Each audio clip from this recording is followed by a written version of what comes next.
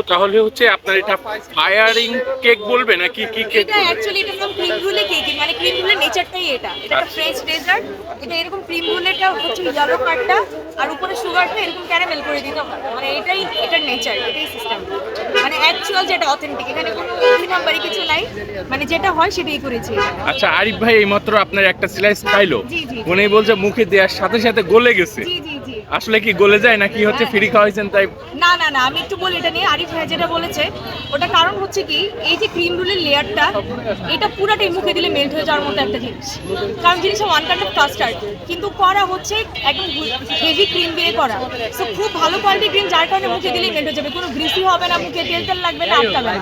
So Arif ভাই যেটা বলেছে সে অ্যাকচুয়াল রিভিউটাই দিয়েছে, আমার কিন্তু বলতে হয়নি, উনি নিজ থেকে সেটাই বলছে। আচ্ছা ওই স্লাইসটা দেন, ওইটার পেমেন্ট আরিফ ভাই করবে। আচ্ছা অবশ্যই আমি দিচ্ছি, সমস্যা নেই।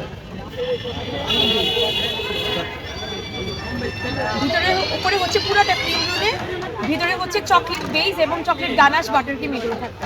আপু আপনি হাতে করে দেন, আপনি হ্যাঁ। হাতে ওই উপরে হচ্ছে পুরোটা ক্রিম রোলের লেয়ার, উপরে হচ্ছে সুগার টপটা যেটা আমরা ক্যারামেল করেছি, ভিতরে হচ্ছে chocolate base, chocolate ganache, chocolate butter cream থাকবে। খুবই ডিমান্ডেড একটা কেক, কিন্তু খুবই অ্যাফোর্ডেবল প্রাইস আমরা আপনাদের